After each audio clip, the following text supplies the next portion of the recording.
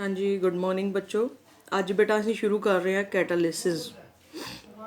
Catalyst ਬਾਰੇ ਤੁਸੀਂ ਪਹਿਲਾਂ ਵੀ ਸੁਣਿਆ ਹੋਣਾ ਹੈ ਕਿ ਕੈਟਾਲਿਸਟ ਉਹ ਸਬਸਟੈਂਸਿਸ ਹੁੰਦੇ ਹੈ ਜਿਹੜੇ ਰਿਐਕਸ਼ਨ ਦੀ ਸਪੀਡ ਨੂੰ ਵਧਾ ਦਿੰਦੇ ਹੈ ਪਰ ਆਪ ਰਿਐਕਸ਼ਨ 'ਚ ਯੂਜ਼ ਨਹੀਂ ਹੁੰਦੇ। ਦੇਖੋ KClO3 ਹੈ ਇੱਕ ਐਗਜ਼ਾਮਪਲ, ਇਹਨੂੰ ਮੈਂ ਤੋੜਨਾ, ਡੀਕੰਪੋਜੀਸ਼ਨ ਕਰਨੀ ਹੈ KCl ਤੇ 3O2 'ਚ। ਮੈਨੂੰ ਟੈਂਪਰੇਚਰ ਕਿੰਨਾ ਚਾਹੀਦਾ 653 ਤੋਂ 873, बट जे मैं कैटालिस्ट लवां MnO2 तो टैंपरेचर देखो इन्ना घट चाहिए। आ देखो KClO3 नूं तोड़िया तो टैंपरेचर 653 टू 873 पहला चाहिए ही, हुण 473 टू 633 अगर मैं इनू कैटालिस्ट मैंगनीज ऑक्साइड की प्रेजेंस च करानी है। सो कैटालिस्ट की एक डेफिनेशन की हुई कि जेड़ा रेट ऑफ कैमिकल रिएक्शन नूं चेंज करता है पर आप रिएक्शन च यूज़ नहीं हुंदा। बेटा this is very important, without itself undergoing any change in mass or chemical composition at the end of reaction। ਤੇ कैटालिसिस ਦੀ ਜਿਹੜੀ ਪ੍ਰੋਸੈਸ ਹੈ, ਠੀਕ ਹੈ ਬੇਟਾ, ਉਹ ਰੇਟ ਆਫ ਰਿਐਕਸ਼ਨ ਨੂੰ ਵਧਾਉਂਦੀ ਹੈ। ਦੋ ਤਰ੍ਹਾਂ ਦੇ ਕੈਟਾਲਿਸਟ ਹੈ, ਵੈਰੀ ਇੰਪੋਰਟੈਂਟ, ਪੋਜ਼ਿਟਿਵ ਤੇ ਨੈਗੇਟਿਵ ਕੈਟਾਲਿਸਟ। ਕਈ ਵਾਰੀ ਕਈ ਰਿਐਕਸ਼ਨਸ ਬੜੀਆਂ ਸਲੋ ਹੁੰਦੀਆਂ, ਉਹਨਾਂ ਦੇ ਰੇਟ ਨੂੰ ਵਧਾਉਣ ਲਈ ਅਸੀਂ ਜੋ ਸਬਸਟੈਂਸ ਪਾਉਂਦੇ ਹਾਂ, ਫੋਰਨ ਸਬਸਟੈਂਸ, ਉਹ ਪੋਜ਼ਿਟਿਵ ਕੈਟਾਲਿਸਟ ਹੈ। ਜਿਵੇਂ SO2 ਤੋਂ SO3 'ਚ ਪ੍ਰੋਡਕਸ਼ਨ ਐਵੇਂ ਨਹੀਂ ਹੁੰਦੀ, ਪਰ V2O5 ਪਾਈਏ ਰੇਟ ਵੱਧ ਜਾਂਦਾ, ਬੜੀ ਜਲਦੀ ਪ੍ਰੋਡਕਸ਼ਨ ਹੋ ਜਾਂਦੀ ਹੈ, ਠੀਕ ਹੈ, ਤਾਂ ਇਹ ਇਨਕਰੀਜ਼ ਕਰਦਾ, ਤਾਂ ਇਹ ਪੋਜ਼ਿਟਿਵ ਕੈਟਾਲਿਸਟ ਹੈ। ਬਟ ਕਈ ਰਿਐਕਸ਼ਨਸ ਬੜੀਆਂ ਫਾਸਟ ਹੁੰਦੀਆਂ, ਉਹਨਾਂ ਦੇ ਰੇਟ ਨੂੰ ਘਟਾਉਣ ਲਈ ਅਸੀਂ ਜਿਹੜਾ ਕੈਟਾਲਿਸਟ ਯੂਜ਼ ਕਰਨੇ ਆ ਉਹ ਨੈਗੇਟਿਵ ਕੈਟਾਲਿਸਟ ਹੈ। ਸੋ ਨੈਗੇਟਿਵ ਕੈਟਾਲਿਸਟ ਦੀ ਡੈਫੀਨੇਸ਼ਨ ਕੀ ਹੈ? It retards the rate of reaction, it is called negative catalyst. ਜਿਵੇਂ ਕਿ H2O2 ਬੜੀ ਜਲਦੀ ਡੀਕੰਪੋਜ਼ ਹੋ ਜਾਂਦਾ ਵਾਟਰ ਅਤੇ ਆਕਸੀਜਨ 'ਚ, ਬਟ ਇਹਦੀ ਰੇਟ ਆਫ ਰਿਐਕਸ਼ਨ ਨੂੰ ਘਟਾਉਣ ਲਈ ਅਸੀਂ ਐਸੀਟਾਨਾਲਾਈਡ ਔਰ ਫਾਸਫੋਰਿਕ ਐਸਿਡ ਨੂੰ ਯੂਜ਼ ਕਰਦੇ ਹਾਂ। ਸੋ ਫਾਸਫੋਰਿਕ ਐਸਿਡ ਔਰ ਐਸੀਟਾਨਾਲਾਈਡ ਕੀ ਹੈ? Negative catalyst. ਕੈਟਾਲਿਸਟ ਦੇ ਫੰਕਸ਼ਨਸ ਕੀ ਹੈ ਬੇਟੇ, ਅਸੀਂ ਡਿਟੇਲ 'ਚ ਕਰਾਂਗੇ। ਇਸ ਲਈ ਪਹਿਲਾਂ ਤੁਸੀਂ ਇਹ ਡਾਇਗਰਾਮ ਸਮਝੋ। ਮੰਨ ਲਓ ਇਹ ਰਿਐਕਟੈਂਟਸ ਦੀ ਐਨਰਜੀ ਹੈ, ਮੰਨ ਲਓ ਇਹਨੇ ਪ੍ਰੋਡਕਟਸ 'ਚ ਚੇਂਜ ਹੋਣਾ, ਉਹਦੀ ਐਨਰਜੀ ਘੱਟ ਹੈ। ਪ੍ਰੋਡਕਟਸ ਮੰਨ ਲਓ ਸਟੇਬਲ ਨੇ ਰਿਐਕਟੈਂਟਸ ਨਾਲੋਂ ਅਤੇ ਉਹਨਾਂ ਦੀ ਐਨਰਜੀ ਘੱਟ ਹੋਈ। ਇਹਦਾ ਮਤਲਬ ਰਿਐਕਟੈਂਟਸ ਦੀ ਐਨਰਜੀ ਨੂੰ ਪ੍ਰੋਡਕਟਸ ਦੀ ਐਨਰਜੀ 'ਚ ਆਉਣਾ ਹੈ। ਸੋ ਰਿਐਕਸ਼ਨ ਸ਼ੁਰੂ ਹੋਣ ਲਈ ਜਿਹੜੀ ਐਨਰਜੀ ਚਾਹੀਦੀ ਹੁੰਦੀ ਹੈ ਉਹਨੂੰ ਕਹਿੰਦੇ ਐਕਟੀਵੇਸ਼ਨ ਐਨਰਜੀ, ਠੀਕ ਹੈ ਬੇਟਾ ਜੀ। ਐਕਟੀਵੇਸ਼ਨ ਐਨਰਜੀ ਹੈ EA। ਉਹ ਮੰਨ ਲਓ ਇਹ ਰਿਐਕਸ਼ਨ ਨੂੰ ਸ਼ੁਰੂ ਹੋਣ ਲਈ ਚਾਹੀਦੀ ਹੈ NA। ਰਿਐਕਟੈਂਟ ਪਹਿਲਾਂ ਇੱਥੋਂ ਇੱਥੇ ਗਿਆ ਅਤੇ ਫਿਰ ਆਪਣਾ ਰਿਐਕਸ਼ਨ ਕੀਤੀ, ਪ੍ਰੋਡਕਟਸ ਤੱਕ ਆ ਗਿਆ। ਐਕਟੀਵੇਸ਼ਨ ਐਨਰਜੀ ਕਿੰਨੀ ਚਾਹੀਦੀ ਹੈ? NA। ਰਿਐਕਟੈਂਟਸ ਤੋਂ ਲੈ ਕੇ ਇੱਥੋਂ ਤੱਕ, ਪਹਿਲਾਂ ਰਿਐਕਟੈਂਟਸ ਇੱਥੋਂ ਤੱਕ ਆਉਣਗੇ ਫਿਰ ਐਨਰਜੀ ਘਟੇਗੀ, ਠੀਕ ਹੈ। ਆਇਆ ਅਨਕੈਟਾਲਾਈਜ਼ਡ ਰਿਐਕਸ਼ਨ। ਹੁਣ ਕੈਟਾਲਿਸਟ ਦਾ ਫੰਕਸ਼ਨ ਕੀ ਹੈ? ਉਹਨੇ ਰਿਐਕਸ਼ਨ ਦਾ ਪਾਥ ਹੀ ਚੇਂਜ ਕਰ ਦੇਣਾ, ਯਾਨੀ ਕਿ ਐਕਟੀਵੇਸ਼ਨ ਐਨਰਜੀ ਘਟਾ ਦੇਣੀ ਹੈ। ਜਦੋਂ ਮੈਂ ਕੈਟਾਲਿਸਟ ਯੂਜ਼ ਕੀਤਾ, ਪਾਥ ਹੈ ਹੋ ਗਿਆ ਡੋਟਡ ਲਾਈਨਸ ਵਾਲਾ, ਦੇਖੋ ਐਕਟੀਵੇਸ਼ਨ ਐਨਰਜੀ ਘਟ ਗਈ। EA ਨੋਟ ਕੈਟਾਲਾਈਜ਼ਡ ਰਿਐਕਸ਼ਨ ਦਾ, EA ਅਨਕੈਟਾਲਾਈਜ਼ਡ ਰਿਐਕਸ਼ਨ ਦਾ। This is uncatalysed reaction, this is catalysed reaction. ਇਹ ਕੀ ਹੈ? ਇੱਥੇ ਐਨਰਜੀ ਹੈ ER ਔਰ ਇੱਥੇ ਐਨਰਜੀ ਹੈ EP। ਚੇਂਜ ਇਨ ਐਨਰਜੀ ਕਿੰਨਾ ਹੋ ਗਿਆ? EP minus ER। ਦੇਖੋ EP ਮਾਈਨਸ ER ਕਰੋਗੇ, ਰਿਐਕਟੈਂਟਸ ਦੀ ਪੋਜੀਸ਼ਨ ਤਾਂ ਨਹੀਂ ਚੇਂਜ ਹੋਈ, ਨਾ ਹੀ ਪ੍ਰੋਡਕਟਸ ਦੀ। ਮਤਲਬ EP ਮਾਈਨਸ ER ਕਰੋਗੇ ਉਹ ਸੇਮ ਹੈ, ਬਟ ਰਿਐਕਸ਼ਨ ਹੋਣ ਦਾ ਰਸਤਾ ਬਦਲਤਾ। ਨਾ ਰਿਐਕਟੈਂਟਸ ਦੀ ਐਨਰਜੀ ਨੂੰ ਛੇੜਿਆ, ਨਾ ਪ੍ਰੋਡਕਟਸ ਦੀ ਐਨਰਜੀ ਨੂੰ ਛੇੜਿਆ, ਬਸ ਰਿਐਕਸ਼ਨ ਦਾ ਪਾਥ ਚੇਂਜ ਕਰਤਾ ਕੈਟਾਲਿਸਟ ਨੇ। ਸੋ ਫੰਕਸ਼ਨਸ ਕੀ ਹੈ? Very important.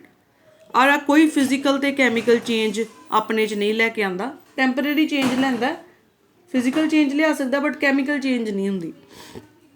ਰਿਐਕਸ਼ਨ ਖਤਮ ਹੋਣ 'ਤੇ ਉਸੇ ਤਰ੍ਹਾਂ ਜਨਰੇਟ ਹੋ ਜਾਂਦਾ ਜਿੱਦਾਂ ਲਿਆ ਸੀ। ਰਿਐਕਸ਼ਨ ਨੂੰ ਸਪੀਡ ਅਪ ਕਰ ਦਿੰਦਾ, ਠੀਕ ਹੈ, ਬਟ ਇਕੁਇਲਿਬਰੀਅਮ ਦੀ ਪੋਜੀਸ਼ਨ ਨੂੰ ਚੇਂਜ ਨਹੀਂ ਕਰਦਾ। ਹਰ ਕੈਟਾਲਿਸਟ ਸਪੈਸੀਫਿਕ ਹੈ। ਜਿਹੜਾ ਰਿਐਕਸ਼ਨ ਇੱਕ ਲਈ ਕੈਟਾਲਿਸਟ ਯੂਜ਼ ਹੋਣਾ ਉਹ ਦੂਸਰੀ ਲਈ ਯੂਜ਼ ਨਹੀਂ ਹੋਣਾ, ਠੀਕ ਹੈ ਬੇਟਾ।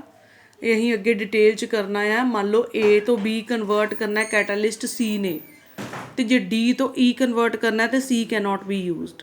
ਹਰ ਕੈਟਾਲਿਸਟ ਜਿਹੜਾ ਆ ਉਹ ਹਰ ਰਿਐਕਸ਼ਨ ਲਈ ਪੱਕਾ। ਡੈਲਟਾ E ਚੇਂਜ ਨਹੀਂ ਕਰਦਾ। ਨਾ ਮੈਂ ਤੁਹਾਨੂੰ ਦੱਸਿਆ ਇਹਨੇ ਰਿਐਕਟੈਂਟ ਦੀ ਪੋਜੀਸ਼ਨ ਚੇਂਜ ਕੀਤੀ, ਐਨਰਜੀ ਆਫ ਰਿਐਕਟੈਂਟਸ, ਨਾ ਪ੍ਰੋਡਕਟਸ ਦੀ। ਸੋ EP ਮਾਈਨਸ ER ਸੇਮ ਹੈ। ਸੋ ਇਹ ਡੈਲਟਾ E ਚੇਂਜ ਨਹੀਂ ਕਰਦਾ। ਥਰਮੋਡਾਇਨमिक ਪੈਰਾਮੀਟਰਸ ਚੇਂਜ ਨਹੀਂ ਕਰਦਾ, ਜਿਵੇਂ ਕਿ ਡੈਲਟਾ ਐਸ, ਡੈਲਟਾ ਯੂ। ਠੀਕ ਹੈ ਬੇਟਾ। Next promoters. ਕਈ ਵਾਰੀ ਕੈਟਾਲਿਸਟ ਆਪਣਾ ਕੰਮ ਇਫੈਕਟਿਵਲੀ ਨਹੀਂ ਕਰ ਪਾਉਂਦੇ, ਉਹਨਾਂ ਦੀ ਹੈਲਪ ਲਈ ਅਸੀਂ ਜਿਹੜੇ ਸਬਸਟੈਂਸ ਪਾਉਂਦੇ ਹਾਂ ਉਹ ਕੀ ਨੇ? ਪ੍ਰਮੋਟਰਸ। ਜਿਵੇਂ ਕਿ ਨਾਈਟ੍ਰੋਜਨ ਤੇ ਹਾਈਡਰੋਜਨ ਤੋਂ ਅਮੋਨੀਆ ਬਣਾਇਆ ਹੈਬਰਸ ਪ੍ਰੋਸੈਸ ਨਾਲੋਂ ਆਇਰਨ ਕੈਟਾਲਿਸਟ ਹੈ, ਬਟ ਇਹਦੀ ਐਕਟੀਵਿਟੀ ਨੂੰ ਵਧਾਉਣ ਲਈ ਅਸੀਂ ਜਿਹਨੂੰ ਯੂਜ਼ ਕੀਤਾ ਉਹ ਮੋਲਿਬਡਨ ਤੇ ਆ ਪ੍ਰਮੋਟਰ ਹੈ। ਪੋਇਜ਼ਨਸ। ਕਈ ਵਾਰੀ ਕੈਟਾਲਿਸਟ ਬੜੇ ਐਕਟਿਵ ਹੁੰਦੇ ਆ ਤੇ ਉਹਨਾਂ ਦੀ ਐਕਟੀਵਿਟੀ ਨੂੰ ਘਟਾਉਣਾ ਪੈਂਦਾ, ਉਹ ਪੋਇਜ਼ਨਸ ਨੇ। ਜਿਵੇਂ ਕਿ ਮੋਸਟ ਇੰਪੋਰਟੈਂਟ ਤੇ ਵਾਈਡਲੀ ਯੂਜ਼ਡ ਪੋਇਜ਼ਨਸ ਨੇ ਕਾਰਬਨ ਮੋਨੋਆਕਸਾਈਡ ਤੇ ਆਰਸੈਨਿਕ। Very important. ਸੋ ਅਸੀਂ ਕੀ ਕੀਤਾ? ਕੈਟਾਲਿਸਟ ਪੋਜ਼ਿਟਿਵ ਤੇ ਨੈਗੇਟਿਵ ਕੈਟਾਲਿਸਟ ਕਿਹੜੇ ਆ? ਜਿਹੜੇ ਰੇਟ ਆਫ ਰਿਐਕਸ਼ਨ ਨੂੰ ਵਧਾਉਂਦੇ ਆ ਉਹ ਪੋਜ਼ਿਟਿਵ, ਜਿਹੜੇ ਰੇਟ ਆਫ ਰਿਐਕਸ਼ਨ ਨੂੰ ਘਟਾਉਂਦੇ ਆ ਉਹ ਨੈਗੇਟਿਵ। ਠੀਕ ਹੈ। ਫੰਕਸ਼ਨ ਆਫ ਕੈਟਾਲਿਸਟ ਕੀਤਾ ਇਸ ਡਾਇਗਰਾਮ ਤੋਂ। ਠੀਕ ਹੈ ਬੇਟਾ। ਅਸੀਂ 5 ਫੰਕਸ਼ਨਸ ਕੈਟਾਲਿਸਟ ਦੇ ਕੀਤੇ ਆ ਤੇ ਪ੍ਰਮੋਟਰ ਤੇ ਪੋਇਜ਼ਨਸ ਦੀ definition. Now classification of catalysis. ਦੋ ਤਰ੍ਹਾਂ ਦੇ ਕੈਟਾਲਿਸਿਸ ਨੇ, ਹੋਮੋਜੀਨੀਅਸ ਐਂਡ ਹੈਟਰੋਜੀਨੀਅਸ। ਪਹਿਲੀ ਹੋਮੋਜੀਨੀਅਸ। ਨਾਮ ਤੋਂ ਸੁਜੈਸਟ ਹੁੰਦਾ ਪਿਆ ਸੇਮ, ਹੋਮੋ ਮਤਲਬ ਸੇਮ। ਸੋ ਜਦੋਂ ਰਿਐਕਟੈਂਟ, ਪ੍ਰੋਡਕਟ ਤੇ ਕੈਟਾਲਿਸਟ ਦਾ ਸੇਮ ਫੇਸ ਹੋਏਗਾ, ਦੇਖੋ ਇੱਥੇ SO2 + O2 ਨੇ ਬਣਾਇਆ SO3, ਆ ਵੀ ਗੈਸ, ਇਹ ਵੀ ਗੈਸ ਤੇ ਕੈਟਾਲਿਸਟ ਵੀ ਗੈਸ। ਸੋ ਇਹਨੂੰ ਕਹਿੰਦੇ ਆ ਹੋਮੋਜੀਨੀਅਸ ਕੈਟਾਲਿਸਿਸ। ਜਦੋਂ ਆਕਸੀਜਨ ਤੇ ਓਜ਼ੋਨ ਤੇ ਆਕਸੀਜਨ ਮਿਲ ਕੇ ਆਕਸੀਜਨ ਮੋਲੀਕਿਊਲ ਬਣਾਉਂਦੇ ਆ ਤੇ ਕੈਟਾਲਿਸਟ ਯੂਜ਼ ਹੁੰਦਾ ਜਾਂ ਤਾਂ ਕਲੋਰੀਨ ਜਾਂ ਨਾਈਟ੍ਰੋਜਨ ਮੋਨੋਆਕਸਾਈਡ। ਓਜ਼ੋਨ ਲੇਅਰ ਦੀ ਡੀਕੰਪੋਜੀਸ਼ਨ ਹੈ ਇਹ। ਆ ਵੀ ਗੈਸ, ਇਹ ਵੀ ਗੈਸ ਤੇ ਕੈਟਾਲਿਸਟ ਵੀ ਗੈਸ। ਠੀਕ ਹੈ। ਸੋ ਇਹ ਆ ਹੋਮੋਜੀਨੀਅਸ ਕੈਟਾਲਿਸਿਸ। ਇਹਦੇ ਨਾਲ ਦੀਆਂ ਐਗਜ਼ਾਮਪਲਸ ਬੁੱਕ 'ਚ ਦਿੱਤੀਆਂ ਹੋਈਆਂ, ਰੀਡ ਕਰ ਲਿਓ। ਮਕੈਨਿਜ਼ਮ ਕੀ ਹੈ? ਮਕੈਨਿਜ਼ਮ ਬੜਾ ਸਿੰਪਲ ਹੈ ਬੇਟੇ। ਪਹਿਲਾਂ ਰਿਐਕਟੈਂਟ ਤੇ ਕੈਟਾਲਿਸਟ ਮਿਲਣਗੇ ਤੇ ਇੰਟਰਮੀਡੀਏਟ ਬਣਾਉਣਗੇ। ਇੰਟਰਮੀਡੀਏਟ ਬਹੁਤ ਹੀ ਅਨਸਟੇਬਲ ਹੋਏਗਾ ਤੇ ਉਹ ਫਟਾਫਟ ਕਨਵਰਟ ਹੋ ਜਾਏਗਾ ਪ੍ਰੋਡਕਟ 'ਚ ਤੇ ਕੈਟਾਲਿਸਟ ਬਾਹਰ ਨਿਕਲ ਜਾਏਗਾ। ਦੇਖੋ SO2 ਤੇ O2 ਨੇ ਮਿਲ ਕੇ SO3 ਦਿੱਤਾ। ਪਹਿਲਾਂ NO ਕੈਟਾਲਿਸਟ O2 ਨਾਲ ਕੰਬਾਈਨ ਕੀਤਾ, NO + O2 ਕੈਟਾਲਿਸਟ ਤੇ ਇੱਕ ਰਿਐਕਟੈਂਟ ਮਿਲਿਆ, ਆ ਇੰਟਰਮੀਡੀਏਟ ਬਣਾਇਆ। ਆ ਇੰਟਰਮੀਡੀਏਟ ਹੁਣ ਦੂਸਰੇ ਰਿਐਕਟੈਂਟ ਨਾਲ ਮਿਲਿਆ, ਪਹਿਲਾਂ ਕੈਟਾਲਿਸਟ ਇੱਕ ਰਿਐਕਟੈਂਟ ਨਾਲ ਮਿਲਿਆ ਸੀ ਇਹਦੇ ਨਾਲ, ਹੁਣ ਇੰਟਰਮੀਡੀਏਟ ਬਣਿਆ। ਆ ਇੰਟਰਮੀਡੀਏਟ ਦੂਸਰੇ ਕੈਟਾਲਿਸਟ ਨਾਲ ਮਿਲਿਆ, ਪ੍ਰੋਡਕਟ ਬਣ ਗਿਆ ਔਰ ਕੈਟਾਲਿਸਟ ਬਾਹਰ ਆ ਗਿਆ। Very easy. ਠੀਕ ਹੈ। ਸੋ ਹੋਮੋਜੀਨੀਅਸ ਕੈਟਾਲਿਸਿਸ ਕੀ ਹੈ? ਜਿਸ 'ਚ ਰਿਐਕਟੈਂਟ ਤੇ ਪ੍ਰੋਡਕਟ ਸੇਮ ਫੇਸ 'ਚ ਹੋਣਗੇ। ਠੀਕ ਹੈ। ਇਹਦਾ ਮਕੈਨਿਜ਼ਮ ਕੀ ਹੈ? ਰਿਐਕਟੈਂਟ ਤੇ ਕੈਟਾਲਿਸਟ ਮਿਲ ਕੇ ਇੰਟਰਮੀਡੀਏਟ ਬਣਾਉਣਗੇ ਔਰ ਇੰਟਰਮੀਡੀਏਟ ਅਨਸਟੇਬਲ ਹੈ, ਉਹ ਫਿਰ ਅੱਗੇ ਪ੍ਰੋਡਕਟ ਬਣਾ ਦੇਗਾ ਤੇ ਕੈਟਾਲਿਸਟ ਬਾਹਰ ਨਿਕਲ ਜਾਏਗਾ, ਐਜ਼ ਸੱਚ ਅਨਯੂਜ਼ਡ। ਹੈਟਰੋਜੀਨੀਅਸ ਕੈਟਾਲਿਸਿਸ। ਨਾਮ ਤੋਂ ਸੁਜੈਸਟ ਹੁੰਦਾ ਪਿਆ ਬੇਟੇ ਹੈਟਰੋਜੀਨੀਅਸ ਕੈਟਾਲਿਸਿਸ ਕੀ ਹੈ? ਹੈਟਰੋਜੀਨੀਅਸ ਕੈਟਾਲਿਸਿਸ 'ਚ ਕੀ ਹੈ? ਜਦੋਂ ਕੈਟਾਲਿਸਟ, ਠੀਕ ਹੈ, ਡਿਫਰੈਂਟ ਫੇਸ 'ਚ ਹੋਏਗਾ ਰਿਐਕਟੈਂਟ ਨਾਲੋਂ, ਉਹਨੂੰ ਹੈਟਰੋਜੀਨੀਅਸ ਕੈਟਾਲਿਸਿਸ ਕਿਹਾ ਜਾਂਦਾ। ਜਿਵੇਂ ਦੇਖੋ ਅਮੋਨੀਆ ਬਣਾਇਆ ਹੈਬਰਸ ਪ੍ਰੋਸੈਸ 'ਚੋਂ ਹਾਈਡਰੋਜਨ ਤੇ ਨਾਈਟ੍ਰੋਜਨ ਦੇ ਨਾਲ, ਆ ਗੈਸ ਹੈ gas, but catalyst iron is a solid. ਠੀਕ ਹੈ। SO2 ਤੇ O2 ਨੇ ਮਿਲ ਕੇ ਕੀ ਬਣਾਇਆ? SO3। ਠੀਕ ਹੈ। ਠੀਕ ਹੈ। ਪਿੱਛੇ ਅਸੀਂ ਇੱਕ ਕੈਟਾਲਿਸਟ ਯੂਜ਼ ਕੀਤਾ ਸੀ NO, ਹੈ ਨਾ। ਹੁਣ ਹੋਰ ਕੋਈ ਕੈਟਾਲਿਸਟ ਵੀ ਯੂਜ਼ ਕਰ ਸਕਦੇ ਹਾਂ, ਪਲੈਟੀਨਮ ਜਾਂ V2O5, ਪਰ ਉਹ ਐਗਜ਼ਾਮਪਲ ਸੀ ਹੋਮੋਜੀਨੀਅਸ ਦੀ ਹੈ, ਹੈਟਰੋਜੀਨੀਅਸ ਦੀ ਹੈ। ਮਕੈਨਿਜ਼ਮ 'ਚ ਕੀ ਹੈ? ਪਹਿਲਾ ਕੈਟਾਲਿਸਟ ਡਿਫਿਊਜ਼ਨ ਹੁੰਦੀ ਹੈ ਉਹਦੀ ਸਰਫੇਸ ਦੇ ਉੱਤੇ। ਠੀਕ ਹੈ ਬੇਟਾ। ਪਹਿਲਾਂ ਕੈਟਾਲਿਸਟ ਦੀ ਕੀ ਹੁੰਦੀ ਹੈ? ਸਰਫੇਸ ਦੇ ਉੱਤੇ ਡਿਫਿਊਜ਼ਨ। ਠੀਕ ਹੈ ਬੇਟਾ ਜੀ। ਉਸ ਤੋਂ ਬਾਅਦ ਜਿਹੜੇ ਰਿਐਕਟੈਂਟ ਮੋਲੀਕਿਊਲਸ ਆ ਉਹ ਕੈਟਾਲਿਸਟ ਦੇ ਉੱਤੇ ਐਡਜ਼ੋਰਬ ਹੋ ਜਾਂਦੇ ਆ। ਪਹਿਲਾਂ ਰਿਐਕਟੈਂਟ ਕੈਟਾਲਿਸਟ ਦੇ ਉੱਤੇ ਡਿਫਿਊਜ਼ ਹੁੰਦੇ ਆ, ਫਿਰ ਰਿਐਕਟੈਂਟ ਮੋਲੀਕਿਊਲਸ ਕੈਟਾਲਿਸਟ ਦੇ ਉੱਤੇ ਐਡਜ਼ੋਰਬ ਹੋ ਜਾਂਦੇ ਆ, ਫਿਰ ਕੈਮੀਕਲ ਰਿਐਕਸ਼ਨ ਹੁੰਦੀ ਹੈ, ਫਿਰ ਡੀਸੋਪਸ਼ਨ ਹੋ ਜਾਂਦੀ ਹੈ। ਮਤਲਬ ਪਹਿਲਾਂ ਰਿਐਕਟੈਂਟ ਕੈਟਾਲਿਸਟ ਦੇ ਉੱਤੇ ਆਇਆ, ਉਹਨੇ ਰਿਐਕਸ਼ਨ ਕੀਤੀ, ਫਿਰ ਪ੍ਰੋਡਕਟ ਬਣ ਗਿਆ, ਪਰ ਉਹ ਪ੍ਰੋਡਕਟ ਨੇ ਬਾਹਰ ਨਿਕਲਣਾ, ਉਹਨੂੰ ਕਹਿੰਦੇ ਡਿਸੋਪਸ਼ਨ। ਠੀਕ ਹੈ। ਤੇ ਫਿਰ ਉਹ ਰਿਐਕਟੈਂਟ ਜਿਹੜਾ ਆ ਪ੍ਰੋਡਕਟ ਜਿਹੜਾ ਬਣਿਆ ਉਹ ਕੈਟਾਲਿਸਟ ਤੋਂ ਦੂਰ ਚਲਾ ਜਾਂਦਾ।